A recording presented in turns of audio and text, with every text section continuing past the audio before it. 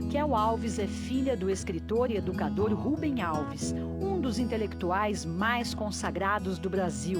Acompanhou muito seu pai em suas viagens a trabalho e, pelo convívio, aprendeu que a sensibilidade é fonte de sabedoria emocional. Graduada e pós-graduada em arquitetura e urbanismo, é presidente do Instituto Rubem Alves, além de escritora e palestrante. Das vivências como arquiteta e palestrante, fundou a Arquitetura do Sensível e ministra cursos e palestras sensibilizadoras e motivacionais em todo o Brasil. Mariana Alves é psicóloga clínica e hospitalar e palestrante, graduada em psicologia e pós-graduada em psicologia comportamental. É a neta mais velha do intelectual, educador e psicanalista Rubem Alves. Desde muito cedo, a partir da convivência, se apropriou do pensar de seu avô. O que a faz educa por meio da psicologia, visando o aprimoramento pessoal por meio da consciência sobre o comportamento e a auto-performance.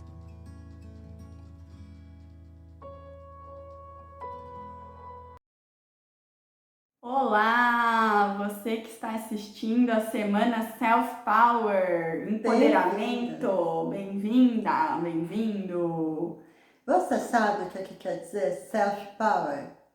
Self-power, na nossa tradução, porque tem pessoas que podem ter entendimentos diferentes, mas pra gente é poder pessoal, é o nosso empoderamento. E é sobre isso que a gente vai falar nessa semana. O que a gente pode trabalhar com a gente mesmo para a gente ficar mais forte, aprimorar a nossa auto-performance, de nossa performance.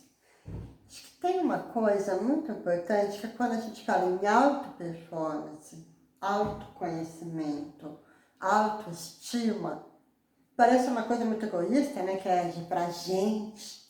Mas que eu acho que a gente não pode esquecer que da mesma forma que nós estamos aqui em duas, fazendo esse diálogo com você, todo mundo vive em sociedade. Sim. A gente precisa se cuidar e se conhecer, se amar e se empoderar para viver melhor com os outros. É louco, não é? É louco, mas é necessário. Mas pensa bem. Quando a gente pega uma pessoa completamente descompensada e tem que conviver com ela, uma pessoa que não tem coerência no humor dela, que de manhã está de um jeito, à tarde está outro, uma pessoa que não se responsabiliza pelas coisas que ela diz, dentre uma série de outras coisas que a gente pode fazer uma lista desse também, e você tem a sua com certeza, é muito difícil de lidar com essa pessoa. E é essa pessoa, esse tipo de pessoa, que não tem uma auto-performance legal. Mas é lógico, a gente está aqui dando um exemplo muito intenso. Né? A gente não necessariamente precisa estar tão ruim assim. Mas, prestando atenção em alguns detalhes, a gente ajusta muito melhor a nossa auto-performance, a nossa relação com o mundo e é conosco. Né? A gente não pode controlar o outro, não é verdade? A gente pode controlar só a gente mesmo. Mas o mais louco, e aí psicóloga você sabe bem, é que quando a gente se controla e a gente se conhece, a gente acaba virando referência para o outro. Então, de certa forma, a gente acaba criando em torno da gente um ambiente que já é mais harmônico. Sim. Porque a gente começa com isso, não é? Eu sempre falo para os meus pacientes, a gente não consegue mudar o outro só porque a gente quer um comportamento, alguma coisa melhor dele. A gente muda a gente em relação ao que a gente espera do outro, ou a gente muda o nosso comportamento. E talvez isso tenha uma chance de chegar no outro, influenciar o outro e mudar. Mas não querer diretamente mudar só o outro, é mudar primeiro a si. Pois é. Então, assim, a primeira coisa que a gente precisa olhar e prestar atenção se a gente tá legal nisso, quando a gente fala em auto-performance, é o autoconhecimento. O nosso autoconhecimento é aquilo que a gente sabe sobre nós. E não é tão raro assim uma pessoa que presta muito mais atenção no conhecimento que ela tem que ter para o trabalho, ou para o estudo na escola, para uma série de coisas, e ela não para para prestar atenção no conhecimento que ela tem sobre si mesma. É verdade. É louco, né?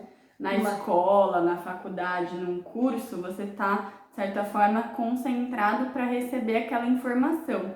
Mas e na nossa correria do dia a dia? A gente não para e vai falar, ai, por 4 horas agora eu vou me observar e vou ver tudo que eu tô fazendo, igual numa aula, né? Não tem como.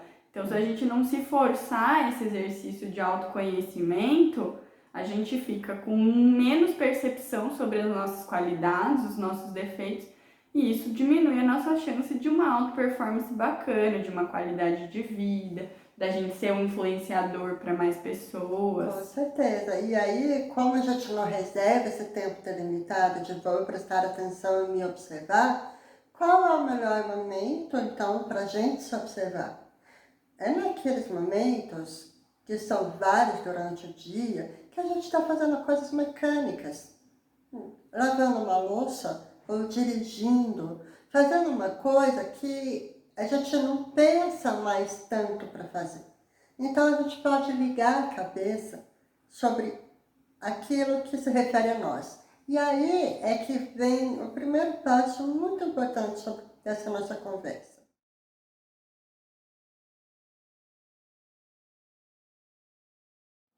Quando você está fazendo esse tipo de coisa, que tipo de pensamento vem na sua cabeça?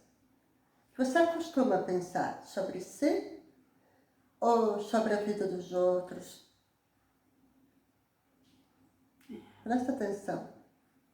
Porque tem uma coisa que é o seguinte, você pode estar pensando sobre algum evento que está acontecendo no mundo que você acha muito triste.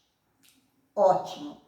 Isso quer dizer que você é uma pessoa comprometida e que você, de certa forma, tem sentimentos aflorados para com o mundo.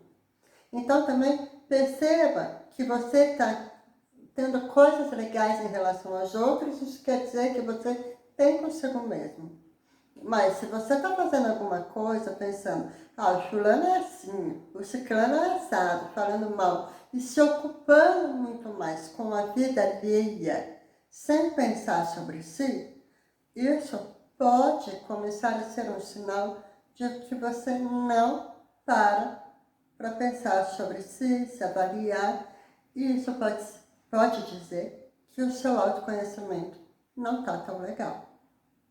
Não Ou é? mesmo aquelas pessoas que não conseguem ficar sozinhas ou não conseguem ficar em silêncio, né? E aí, como que a gente faz para ter espaço para pensar na gente se a gente não consegue ficar sozinho, se a gente não consegue estar mesmo com outra pessoa em silêncio e absorver o que a conversa está nos trazendo, pensar nos valores, nas ideias, em como isso ressoa na gente.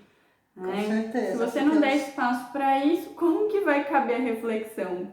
O silêncio, como a Mariana chamou a atenção da necessidade desse espaço, ele revela, quando a gente está em silêncio, a gente é obrigado a olhar para a gente.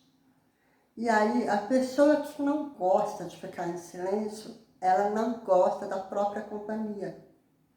Já parou para pensar nisso? É verdade. E aí, por que é assim? Bom, tem 2 razões. Porque a pessoa não teve essa referência, ela não foi ensinada a olhe para si. Isso é uma coisa que vem de geração para geração, uma coisa que vem das pessoas que estão em torno da gente. A gente vai tendo a referência de que é bom olhar para a gente, de que é bom a gente entender por que a gente age assim, que é bom a gente ter conhecimento pleno sobre as nossas histórias, sobre as nossas vivências, sobre por que a gente age assim ou assado. É bom porque a gente começa a se dominar. E é muito louco, porque é muito doido a gente encontrar pessoas que dominam melhor os computadores do que a si mesmo. Mas isso é uma sociedade de ponta cabeça. porque uma sociedade é composta por pessoas. Então, se o primeiro fator foi a referência, então, se a pessoa não tem o costume de ficar em silêncio, pode ser que ela não tenha tido a referência, não foi ensinada. E tá cada vez pior, né? Porque agora as pessoas sentam para almoçar, ficam no celular. No elevador, tá, não que eu não faça isso, né? Tá lembrando de mim mesmo. E às vezes você para e aí você consegue organizar muita coisa do que tá acontecendo durante seu dia. Isso também pode ser benéfico, porque se você deixa pra hora de deitar, aquela hora que você deita, fecha o olho e fica ruminando tudo que aconteceu, seu sono vai ser pior, você vai dormir ansioso, pode ter pesadelo, insônia. Com certeza. E fica uma sensação de impotência, tipo, agora que eu vou dormir, o que eu posso fazer para mudar, para me planejar? Não é como justo. não se conhece, nem sabe o que pode ser feito. Às vezes só fica ansioso, mas não sabe nem o porquê, né? Então não é justo conosco mesmo a gente só reservar esse tempinho que na verdade não é nem reserva. O nosso organismo meio que nos obriga por falta de outros eventos de competição a pensar. Com certeza. Mas aí, qual seria a segunda razão? A segunda razão para uma pessoa não olhar para si. É porque, de alguma forma, mesmo que ela não tenha percepção disso, ela não gosta de olhar para si. Ela tem medo do que ela pode encontrar. Maluco isso, não é? Mas a gente não é bonito o tempo todo. Quando a gente fala em autoconhecimento e olha pra gente olha para o nosso lado muito legal e a gente olha para o nosso lado que é sombrio também. E todo mundo tem, ninguém escapa. Todo mundo tem.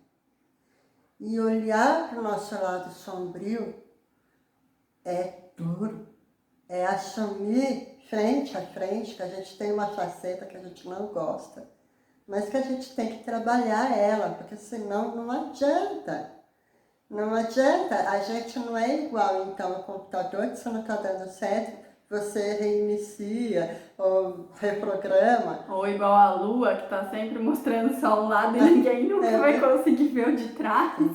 Uma hora alguém percebe as coisas que você está querendo esconder ou que você nem sabe que está escondendo, né? Pois é. E aí a gente vai conversar sobre isso no terceiro vídeo dessa semana, mas o nosso lado sombrio, a gente acha que a gente esconde, mas a gente deixa ele escapulir e as outras pessoas percebem.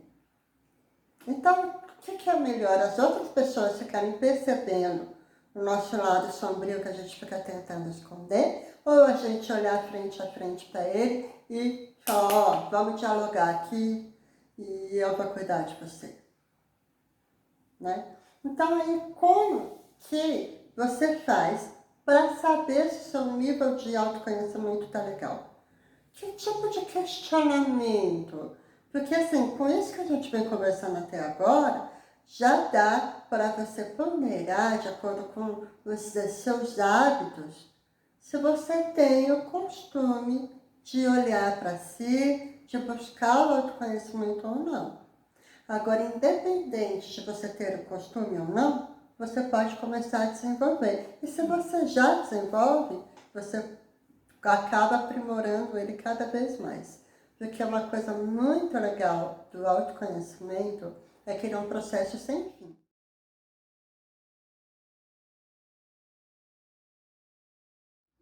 Infinito. Desde o nascimento até a morte, a gente vai estar sempre aprendendo alguma coisa. E você pode fazer a mesma pergunta para si a vida inteira.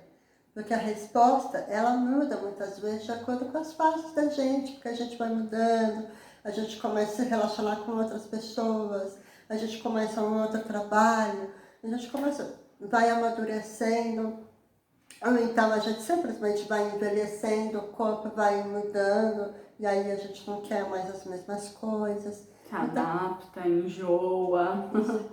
E eu acho que se a gente está falando de autoempoderamento, para que a gente quer se empoderar? Acredito que para ter essa sensação bacana de que a gente está aí aprimorando, aprendendo, evoluindo. Então, eu acredito que a primeira pergunta que a gente tem que se fazer é: onde eu tô?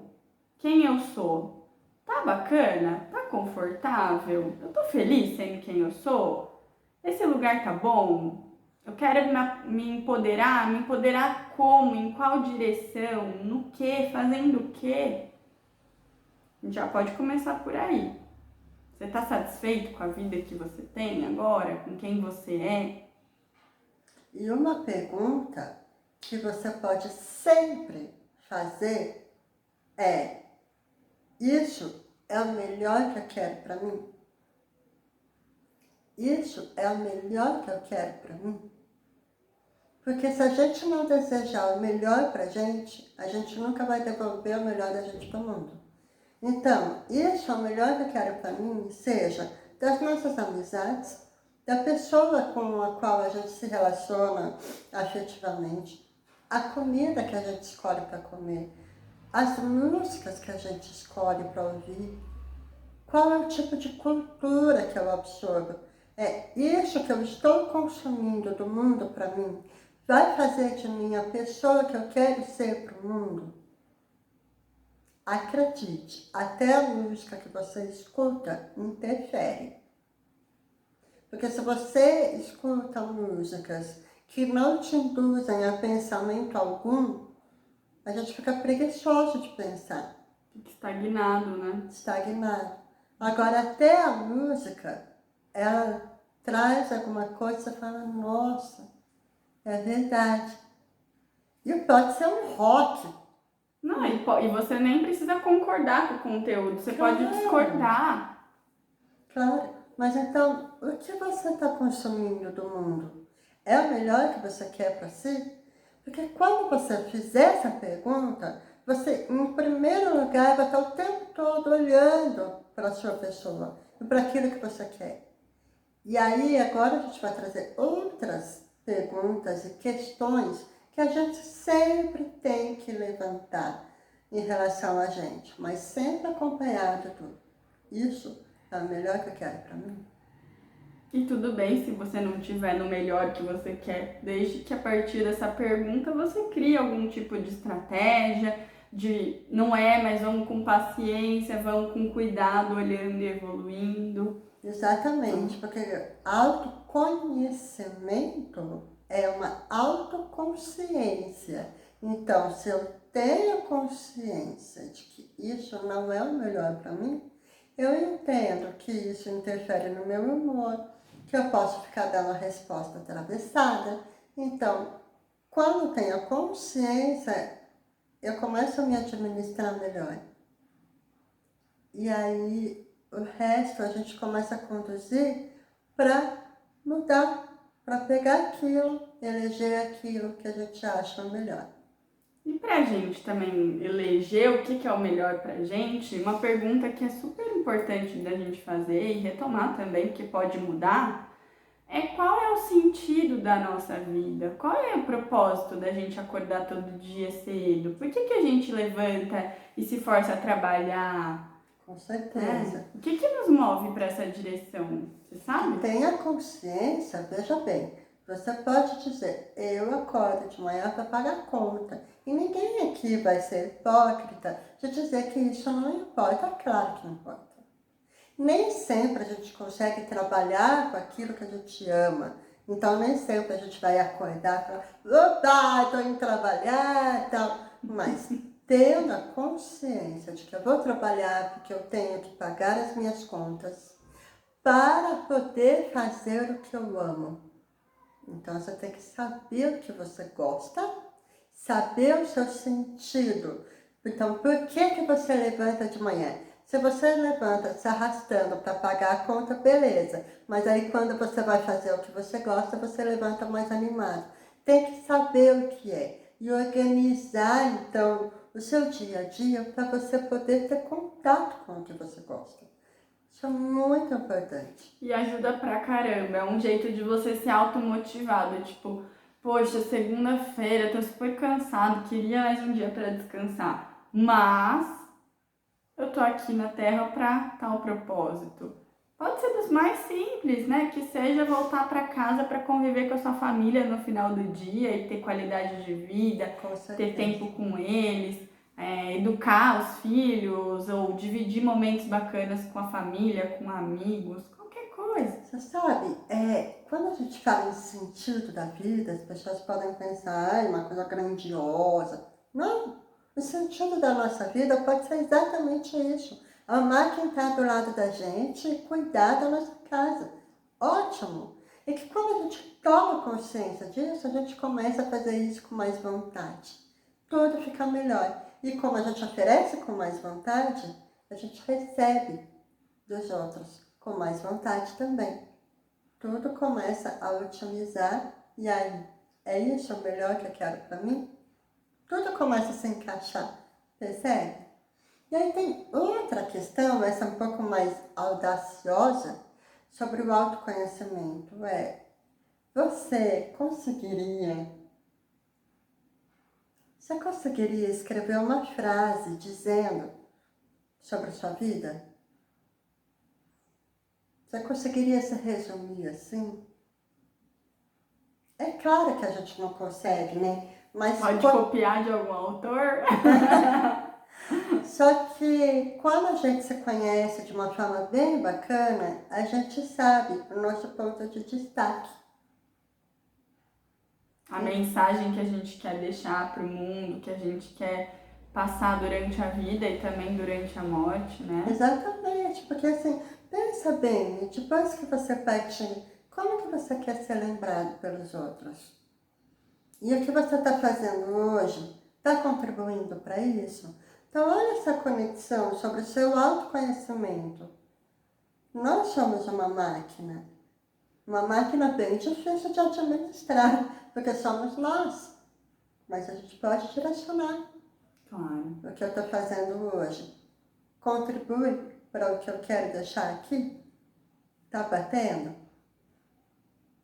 Né? Essa conexão de passado, presente e futuro é algo que a gente sempre também, eu como psicóloga faço na terapia e todo mundo deve fazer, de você entender quem você é agora pela sua história de vida do passado, o que te aconteceu, quem estava junto, quem são suas referências, da onde você aprendeu a ser quem você é agora, e também olhar no futuro justamente para o sentido de vida, para quem você quer ser lembrado, para quem você quer influenciar, quem te influenciou também. Exatamente. Tem tudo isso que a gente pode e deve lembrar e refletir para agregar com o nosso autoconhecimento. Isso é muito importante, porque isso traz a consciência que nós temos o presente agora, que é o único momento que a gente pode atuar. Então, por exemplo, agora eu estou aqui falando com você. Compete a mim agora escolher as palavras para eu falar com você. Eu não posso decidir isso antes ou depois. É agora. Então, eu estou existindo só no aqui e agora. Mas não é real a gente pensar que nós que temos memória e temos sonhos, somos só o agora. É por isso que é muito importante a gente lembrar sobre a nossa história com a consciência de que a nossa história interfere naquilo que nós somos agora, da mesma forma que o sentido da nossa vida, que é a projeção que a gente faz dos nossos sonhos, daquilo que a gente quer construir, ela é futura, mas ela está dentro de nós. Essa consciência desses tempos também, elas juntam no aqui e agora. Então, o aqui e agora nosso é uma consequência do que a gente vivenciou e é a semeadura daquilo que a gente quer colher o tempo todo. Inclusive, se a gente não parar para pensar no comportamento de agora, a gente não consegue planejar e executar as coisas. Pois é. Então, primeiro ponto para a gente ter uma auto-performance bacana é a gente olhar para o autoconhecimento. E aí, então, não tem desculpa para a gente não ser o melhor da gente. Seja o seu melhor o tempo todo. Olhe para si e administre, porque é incrível. A maior parte das respostas para as bagunças que a gente tem na vida estão dentro da gente. Muitas vezes a gente não consegue encontrar sozinho, por isso que existem então os psicólogos, né? Existem os coaches que ajudam Mas, com o exercício de autoanálise, a gente já anda e pratica isso um bom tanto. Mas auto-performance não é feito só de autoconhecimento, tem outras coisas que envolvem também. E no vídeo que vem, a gente vai falar então sobre autoestima e autoconfiança. E aí, como é que está a sua autoestima e autoconfiança? Porque autoconhecimento sozinho, será que resolve? Até amanhã.